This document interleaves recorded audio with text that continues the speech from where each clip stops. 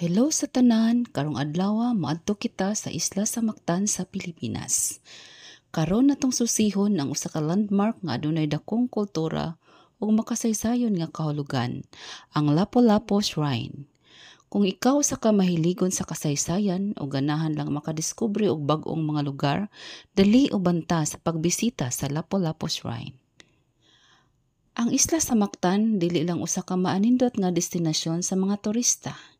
Kini usa ka dapit nga puno sa kasaysayan. Diin niadtong April 27, 1521 nahitabo ang gubat sa Mactan.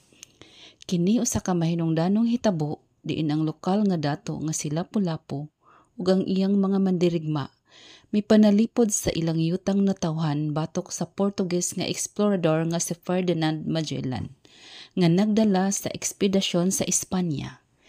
Kini nga gubat nagtimaan sa usa ka pinakaunang higayon sa pagbatok sa mga lumad ngadto sa mga pwersa sa kolonyalismo sa Pilipinas.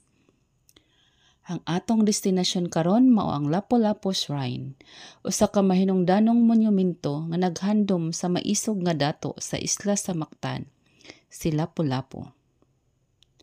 Ang shrine nahimutang sa Barangay Mactan, Lapu-Lapu City.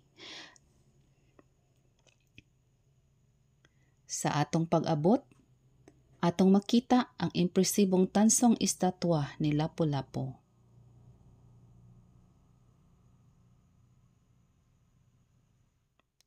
Kini usa ka simbolo sa pagbatok sa kaisog sa mga Pilipino.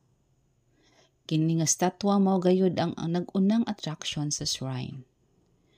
Nagpakita kini kang Lapu-Lapu nga nagkupot og espada og taming, andam sa pagpanalipod sa iyang yuta.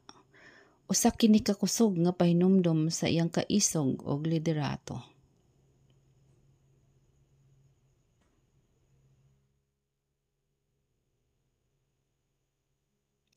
Duol sa estatwa imong makit-an ang usa ka historical marker nga naghatag kasayuran mahitungod sa gubat sa Mactan ug sa papel ni Lapu-Lapu niini.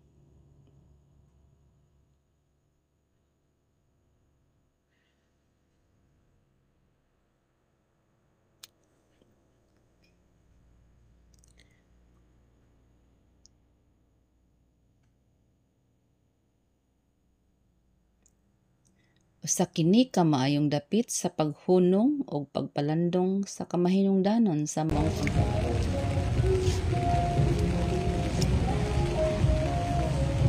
Ang shrine nahimutang sa usa ka nindot nga lugar. Ang maayong pag-atuman sa mga tanaman ug kadan-awon naghatag og hingpit nga kagayunan alang sa pagpahayahay ug pagpamalandong. Ang pagbisita sa Lapu-Lapu Shrine dili lang usa ka pagtan-aw sa nindot nga tan-awon. Usa-usab kini kapamaagi sa paghinumdom sa mga bayani sa atong nasod.